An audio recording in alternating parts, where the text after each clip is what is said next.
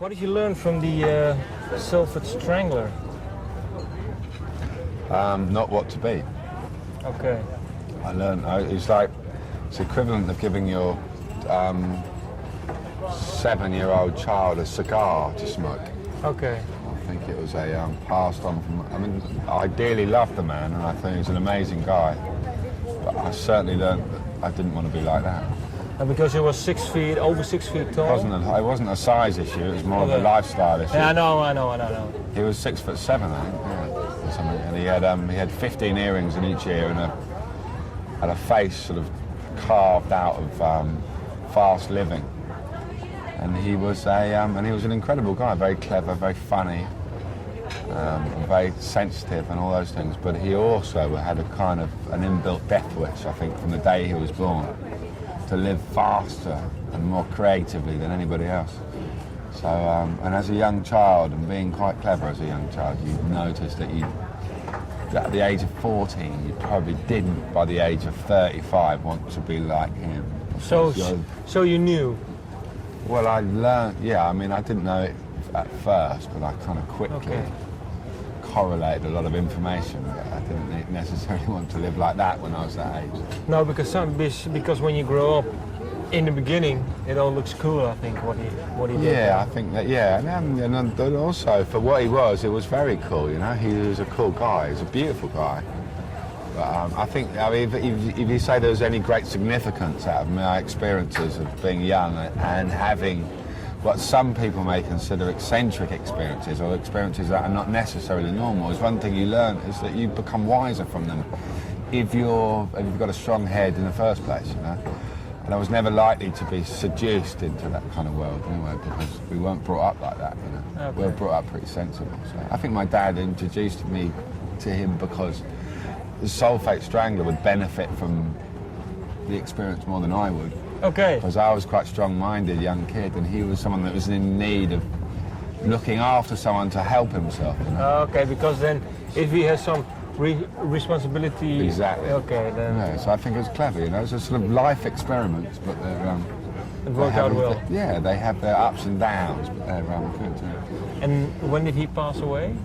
I don't remember the exact day. It was a few years after I was friends of his, but in the early 90s, I think. Okay. He was found in a police cell in a place called Bournemouth, where he used to live, and no one really knows how he died. Rock and roll myth. Okay. Well, what music did you listen to while growing up? Well, music, origins of all kinds of music existed in our house. At Dad's house, it became quite broad, and there was quite a lot of esoteric influences. You could find, the chain gang, of a Mississippi chain gang from the early 50s to the, John Coltrane, to the Stooges, to all sorts, was played, from him. His tastes were quite eccentric, so I listened to a lot of that, a lot of rock and roll. And what did you like? Hip hop, I liked when I was a kid, all Okay. that stuff, everything. A lot of black music, really. I never listened to a lot of white music, and the white music was frowned upon, I think, for my dad. Especially white English rock, was not particularly... How come? I don't know why. I just think because they were from a sort of beatnik generation from 50s London. Okay, That thought black music was a kind of an anti-establishment thing to listen to, so thus became cool on that level. And then they really got into all the jazz and the bohemian beatnik scene or whatever.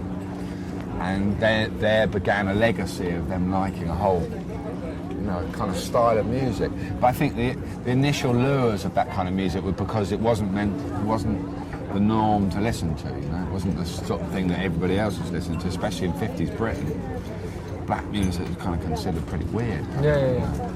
And then, so you listen to something for one reason, and then you discover that you love it for another reason, and then... But did you love it? Because I can imagine being a child, maybe you had to listen to some kind of music, and maybe...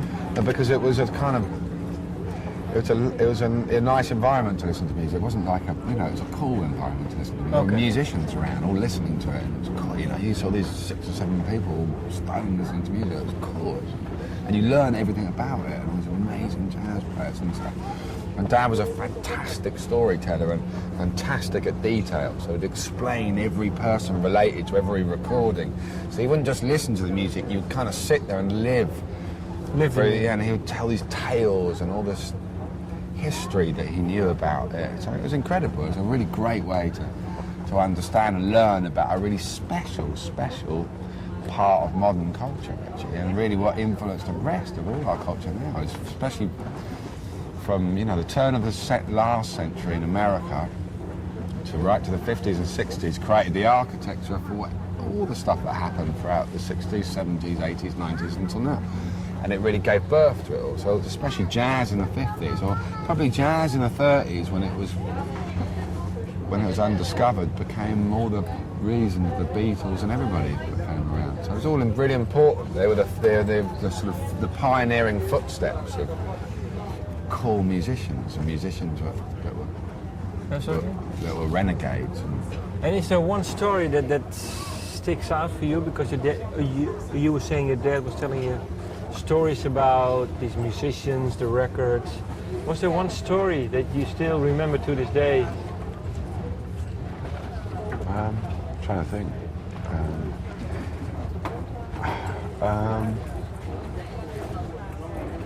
mean, there's so many. I can't even particularly No, think. if you can, there's no problem. I was introduced to a book called Underneath the Underdog by Charlie Mingus. He was a bass player from the Watts, LA Watts, and that just explains it all. It's great. It's great. Below, is it called Beneath the Underdog or Below the Underdog? Below the Underdog. I will look it up. Yeah, it's great. It explains it all. And was there what instrument did you start playing, and was it then? Pianos and stuff. It was always the easiest thing to learn, actually. There was always a lot of pianos and drums. I bought a drum kit from my dad when I was about 7. He gave it to me for about 4 months and then liked it so much I took it back. Okay. So I only learned that for a few months, and then there was always pianos, guitars, all sorts of things. We lived in quite a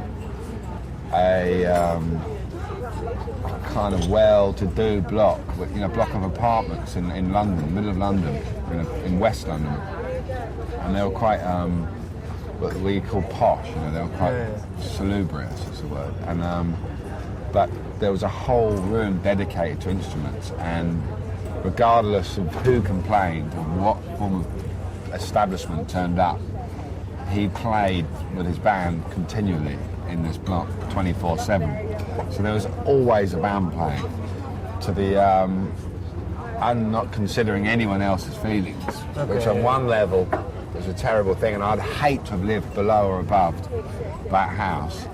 But if you lived in it, it was amazing, because these people were playing music all the time. There were Hammond organs, drum kits, and people just playing.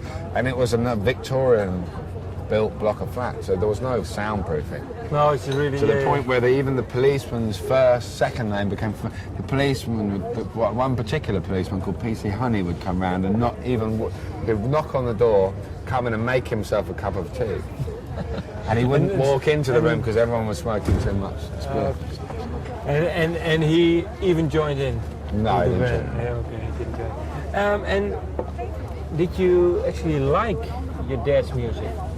Yeah, I mean, I've always liked... Some of it I adore, some of it I don't think ever matched up to the things I thought were amazing. I think, like some of the famous stuff is obviously famous because it's so good. And maybe it peaked. So, I mean, I love some of it. I don't love it all. No, but I mean, even when you were young, when you were young. Yeah, I think I do always. I mean, it was this kind of music he did was quite anthemic and easy for children to like. Okay. No, but because sometimes, being a kid, so there wasn't a generation gap between the two of you? No, because it was always quite cool. Okay. It was always quite cool, and it was always fun to watch. And I never had that. Okay. I didn't always like what he did later on, as he got older and stuff. I thought they never matched what was great in the early days. Okay. And that's pretty normal. And why did you leave school at 14?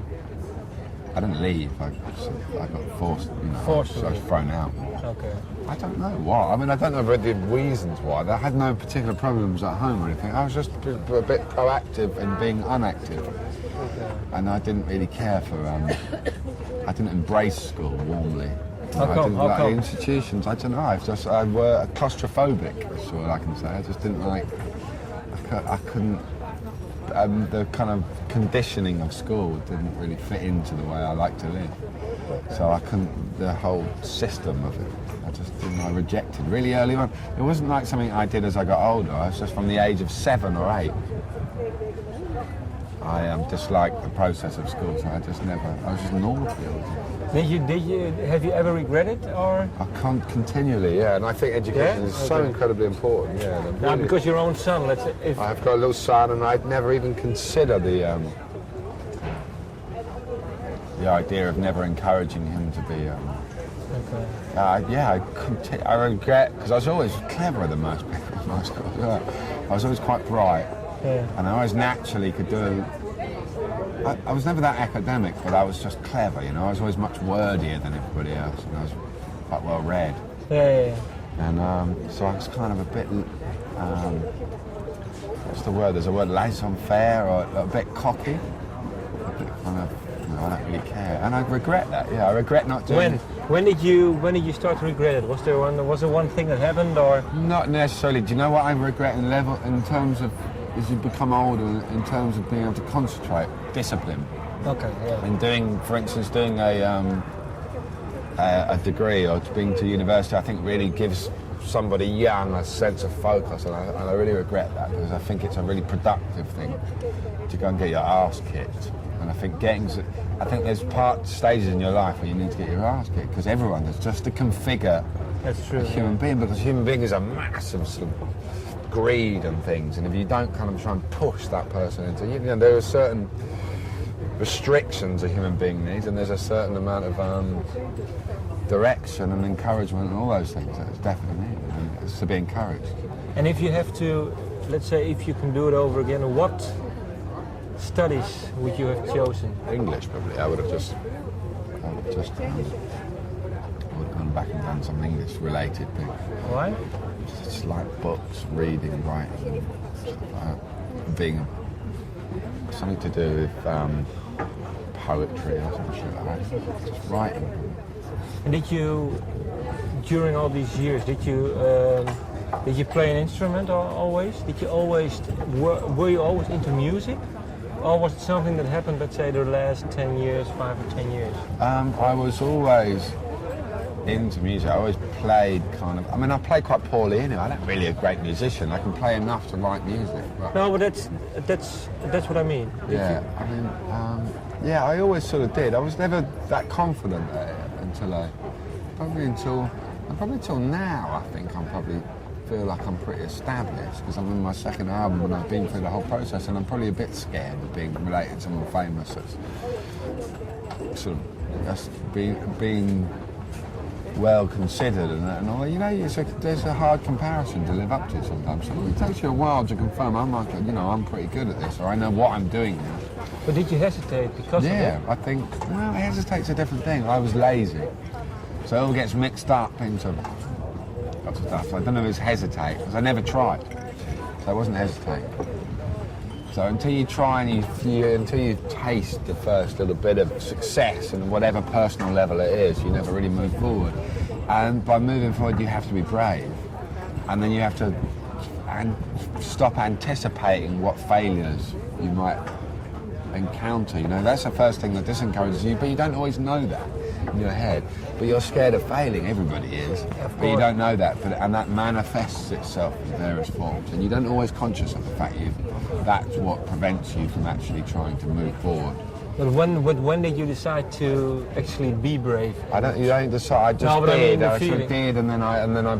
The first thing I did was for the first single I recorded, and I pulled out kind of quite blindly, without really over considering it. Sort of did really well, and all the press came back, and I was like, wow, this is cool. And then it felt a comfortable feeling. So from then on,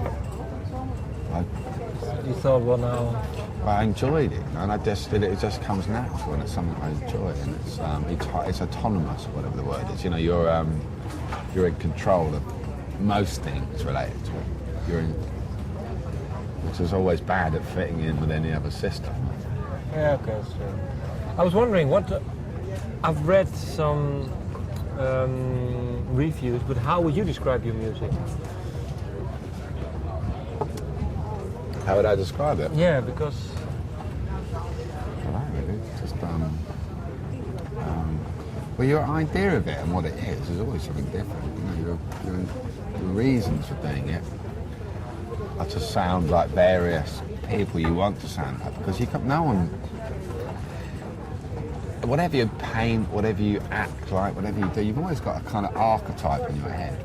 Everybody has, because it's human nature. You know, if you walk down the street, you've got an archetype. You know, you've got some reference. Everything you do is referential, isn't it? Like opening a door, you got a reference. Like the last time you learn stuff, so you always kind of have a source of reference.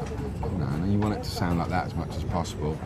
It's a great thing that you don't, because your natural personality and character interferes with the person you're trying to sound like, just to redirect the process, and you become someone different. And whether you're pleased at that or not is inconsequential, because the fact is you're doing and you're trying to do, and then it depends on what other people like about it. And sometimes you sort of do something, it's not quite what you like, and then you wait for the reaction. You know, you just carry on. What has the archetype been then for you? Well, loads of people, you know, loads of different people. I don't know, there's lots of, you know, I like loads of old Velvet underground stuff and Sly and the Family stuff, loads of people. You know, I'd love to sound like Al Green. I don't sound like bloody Al Green, you know what I mean? Lots of stuff. It all gets mixed up, but you know, I try and steal anything I can.